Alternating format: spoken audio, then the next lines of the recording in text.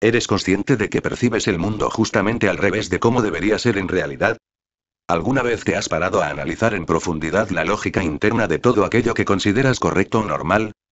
¿Qué sucedería si en tu mente vieras todas las letras invertidas boca abajo? Al escribir en una hoja de papel lo harías al revés, totalmente convencido de que escribes correctamente, pues para ti las letras estarían bien orientadas. Eso es exactamente lo que ha hecho el sistema con tu forma de ver y concebir la realidad desde tu más tierna infancia. Te han educado para ver el mundo de forma diametralmente opuesta a cómo debería ser y te han adiestrado para aceptar esa visión invertida como la cosa más normal y lógica del mundo. Vamos a ponerte 3 ejemplos determinantes, que lo reflejan claramente. 1. El gobierno y los políticos. El primer gran ejemplo de nuestra concepción invertida de la realidad, lo encontramos en la visión que tenemos de nuestros gobernantes. La mayoría de la población ve y siente a los gobernantes y a los políticos como si fueran una casta superior que está por encima de ellos. Más allá de su significado académico, las palabras gobierno, ministro o presidente, son percibidas en nuestra psique como entidades superiores a nosotros, lejanas, inalcanzables y prácticamente invulnerables. Poco importa que la teoría nos hable de un pueblo soberano que escoge libremente a sus representantes. La realidad es que en el interior de nuestra mente, albergamos, de forma inconsciente, una imagen de los gobernantes como algo ajeno al pueblo, como si no formaran parte de él y estuvieran por encima de éste. Y esta visión de la realidad resulta preocupante, especialmente en el caso de una democracia.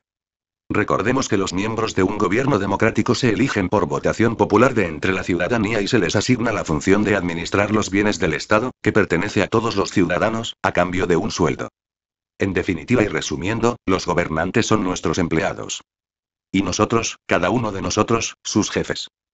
Es decir, no están por encima del pueblo, sino que de hecho deben actuar a sus órdenes porque son servidores públicos. Servidor público. Expresión que hemos escuchado mil y una veces, pero que por lo visto, en nuestra mente ha perdido todo su significado, fruto de la concepción invertida de la realidad que nos han inculcado y que tan profundamente ha calado en todos y cada uno de nosotros. Hasta tal punto ha llegado nuestra visión alterada de las cosas, que los servidores públicos nos someten a un estricto control, inspeccionan nuestras cuentas y ganancias, las cámaras de vigilancia nos acechan por las calles y todas nuestras comunicaciones son monitoreadas y analizadas por las autoridades. Cuando precisamente, y siguiendo toda lógica, debería ser al revés. Por lógica, deberían ser el presidente, los ministros y todos los miembros del gobierno los que deberían ser sometidos a una estricta vigilancia ciudadana. Reunión políticos 3. Durante su jornada de trabajo administrando los bienes públicos, que nos pertenecen a todos, las cámaras de vigilancia deberían seguir cada uno de sus pasos y los ciudadanos deberíamos poder verlo y escucharlo en directo desde nuestras casas, por televisión o por internet. El gran hermano deberíamos ser nosotros. Así no existirían reuniones a puerta cerrada, secretismo, corruptelas, amiguismos, ni prácticas ilícitas, conceptos que acabarían desterrados para siempre del mundo de la política. Al fin y al cabo, tanta responsabilidad como recae sobre sus espaldas, exigiría un control exhaustivo por parte de la ciudadanía, celosa de una correcta administración de los órganos que le pertenecen, ¿no es así? Y lo que es mejor, esta vigilancia estricta de nuestros gobernantes conllevaría consecuencias de lo más positivas. Primera, nos garantizaríamos que solo pretendieran gobernar aquellos con auténtica vocación de servicio y sacrificio por el bien común, capaces de sacrificar sus comodidades y su intimidad por servir a la sociedad. Segunda, tendríamos la garantía plena de que los aspirantes a gobernar no albergarían intereses ocultos, pues de hecho, les sería imposible ocultar nada.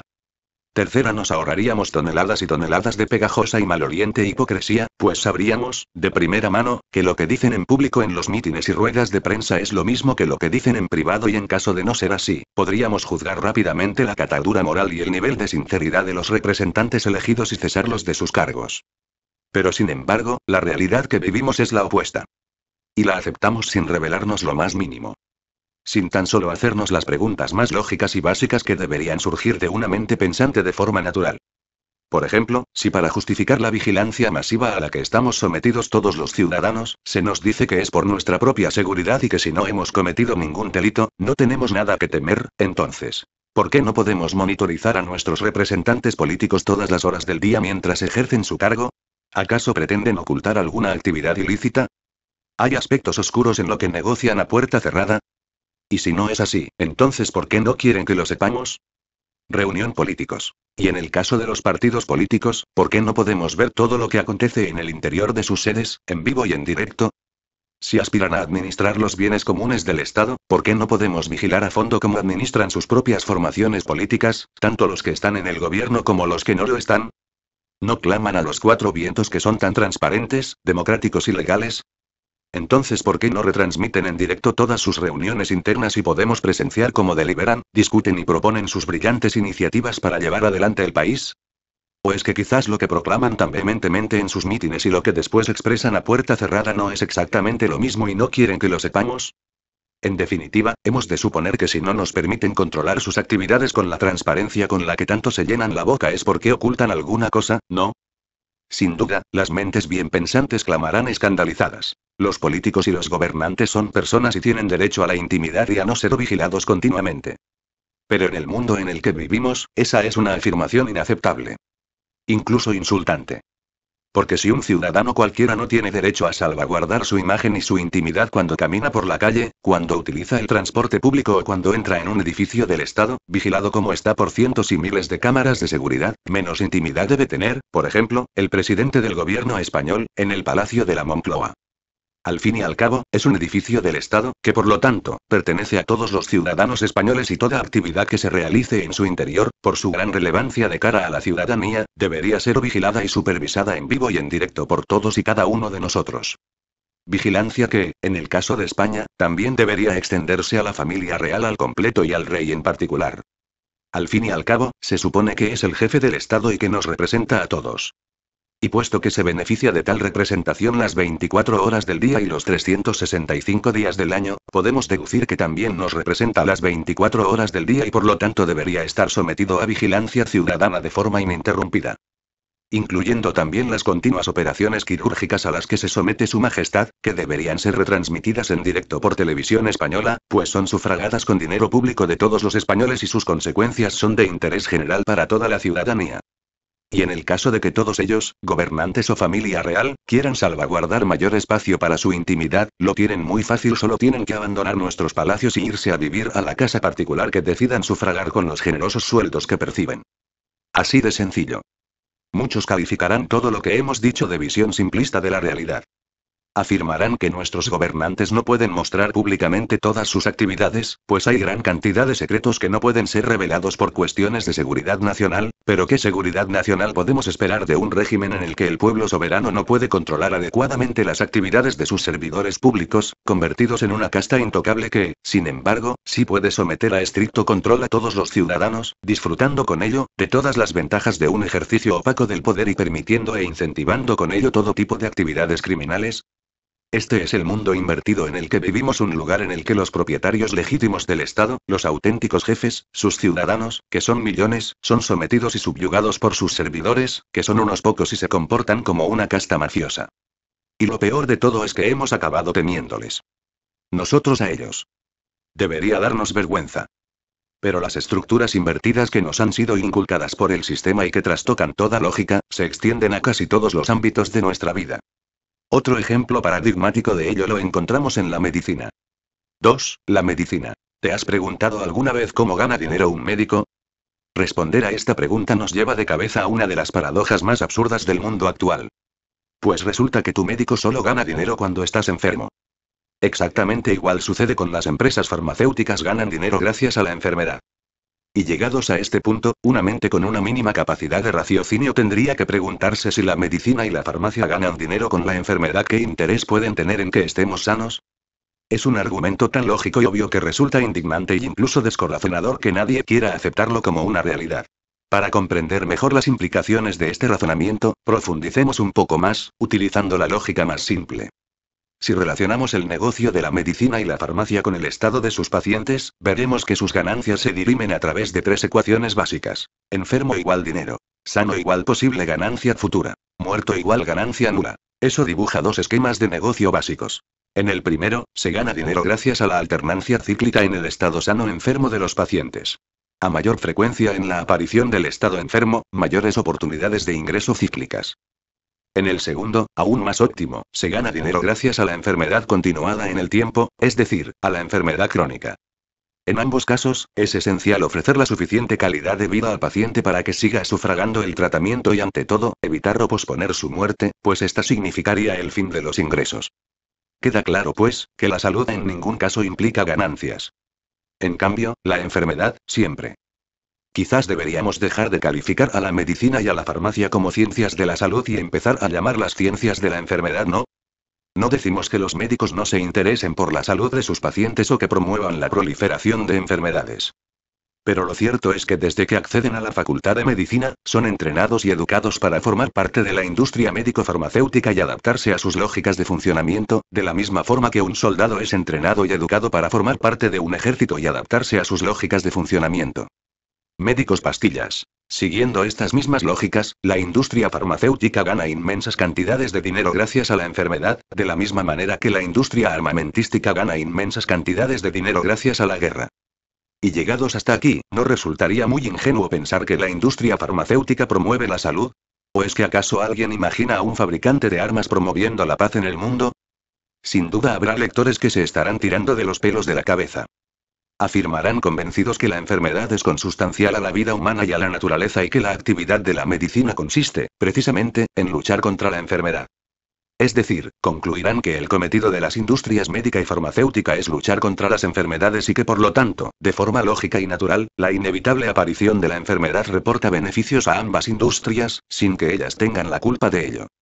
Pero ¿sería posible que la medicina y la farmacia centraran sus esfuerzos y su negocio en la salud y no en la enfermedad? Vamos a razonarlo. Para que este modelo fuera factible, el médico solo debería ganar dinero mientras el paciente estuviera sano. Y dejar de ganarlo mientras estuviera enfermo.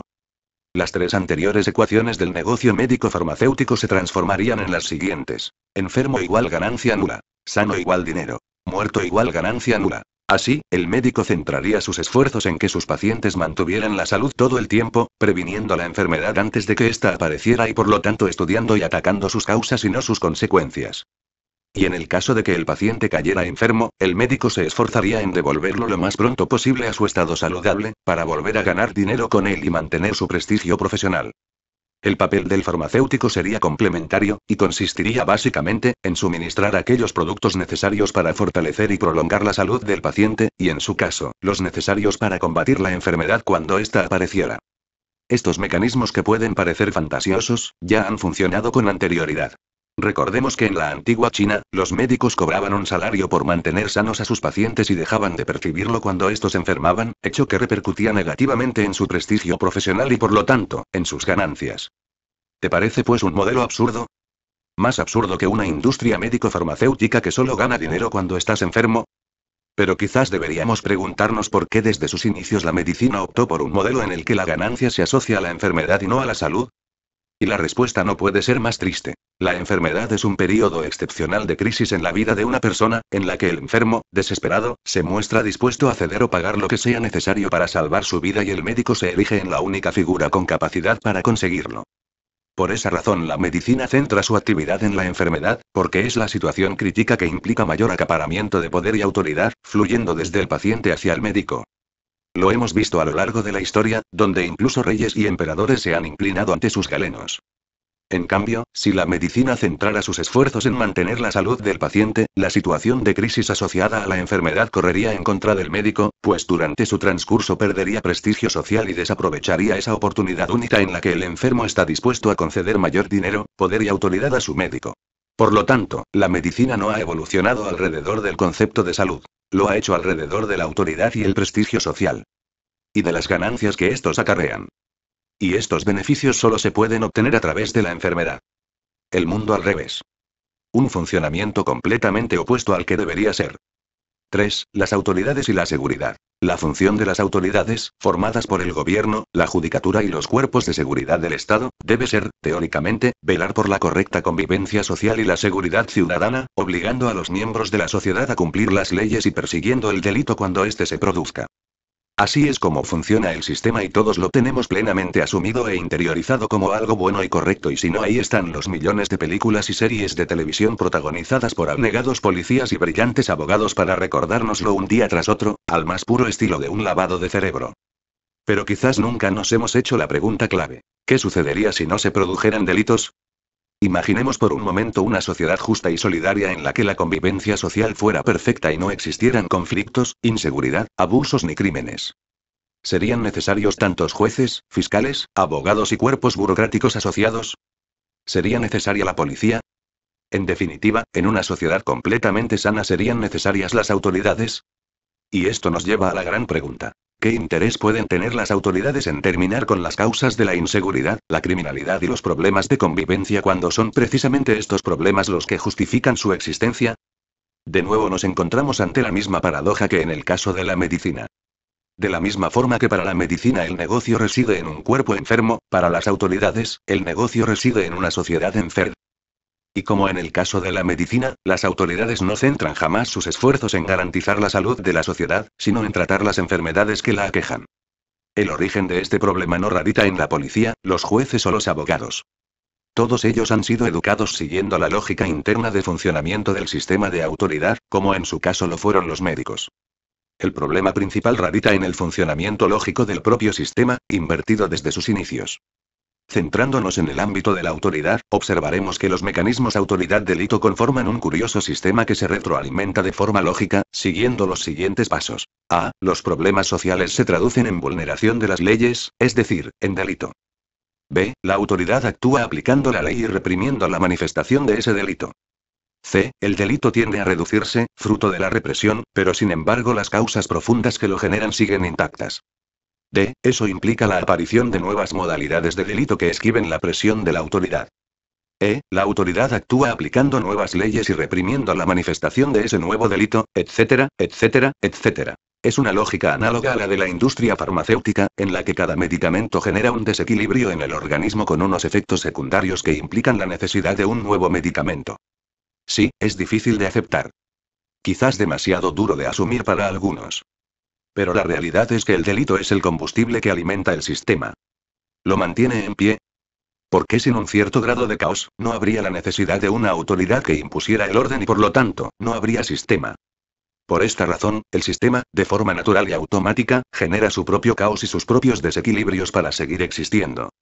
Actúa como una máquina lógica que se autoperpetúa. Conclusiones. Quizás muchos tilden de disparatado todo lo que hemos argumentado someramente en este artículo. Muchos lo calificarán de pueril y absurdo, básicamente porque pone en jaque su concepción de lo que es el sistema establecido y prefieren la negación a verse abocados a la ingrata tarea de tener que reconstruir la ilusoria visión del mundo que la sociedad ha instalado en su mente. Es duro y poco reconfortante aceptar la fría y cruda realidad, porque una vez la miras a la cara, ya no puedes esconderte de ella nunca más. Cuando la ves, te das cuenta de que nadie te protege y que solo las personas que te aman velan por ti con recursos tan limitados como los tuyos propios. Por eso, la mayoría de la gente opta por la negación. Por sacudir la cabeza, esconderla en un agujero o descalificar al que señala al monstruo, tildándolo de loco, paranoico o indocumentado. Porque a la mayoría de la gente se le hace imposible aceptar que el mundo que le han inculcado funciona al revés de como creía. Se le hace imposible asimilar que la industria médico-farmacéutica nos necesita enfermos para hacer negocio. Se le hace difícil comprender que los grandes poderes financieros se enriquecen mucho más provocando crisis que promoviendo una economía estable y equilibrada. Que las religiones se alimentan del miedo y no de la fe. Que el periodismo se gana la vida con la mentira y la manipulación y no con la verdad. Que el objetivo principal de la enseñanza reglada no es formar individuos sino impedir que sean libres. Que el mejor aliado de un policía, un abogado o un juez es un buen delincuente o un buen criminal. Y sobre todo se les hace imposible aceptar que la única forma de que funcione correctamente nuestra sociedad es convirtiendo el ejercicio del poder en un abnegado sacrificio sin ningún tipo de recompensa y que la humanidad solo empezará a ir bien cuando todos los gobernantes del planeta teman a sus pueblos y los aspirantes al poder sientan un terror cerval a ejercerlo. Gaceta del Apocalipsis.